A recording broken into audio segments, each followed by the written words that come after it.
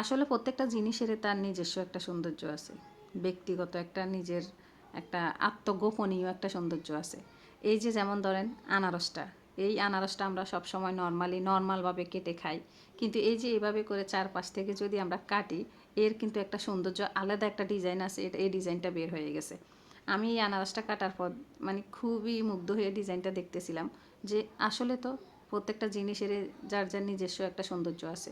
এটা সবসময় বলতাম, কিন্তু হ্যাঁ অনেক জিনিসের মধ্যে দেখছিও, কিন্তু এটা দেখে আমার কাছে খুব ভালো লেগেছে। দেখেন এই ডিজাইনটা মানে এভাবে কাটার ফলে কি সুন্দর একটা ডিজাইন বের হয়েছে, অনেক সুন্দর লাগতেছিল যখন কাটছিলাম। তো এরকম একটু ডিজাইন করে যদি কাটি আমরা, খেতেও ভালো লাগে, দেখতেও কিন্তু ভালো লাগে। এই ডিজাইনটা যখন আমি দেখছি আমার কাছে মানে খেতে খুবই আনন্দ লাগছিল আনারসটা।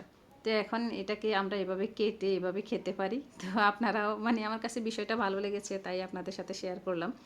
এভাবে কেটে সুন্দর করে যদি আমরা একটু পরিবেশন করি, যে কোনো খাবার দেখতে সুন্দর লাগলেই কিন্তু খেতে ভক্তি লাগে, দেখতে ভক্তি লাগলেই তাহলে খেতেও ভালো লাগে, মানে খুব স্বাচ্ছানন্দভাবে খাওয়া যায়। তো এইভাবে কাটিং করে আমরা আনারসটাকে খুব সুন্দর করে সার্ভ করতে পারি, মানে খেতেও ভালো লাগবে আবার দেখতেও ভালো লাগে।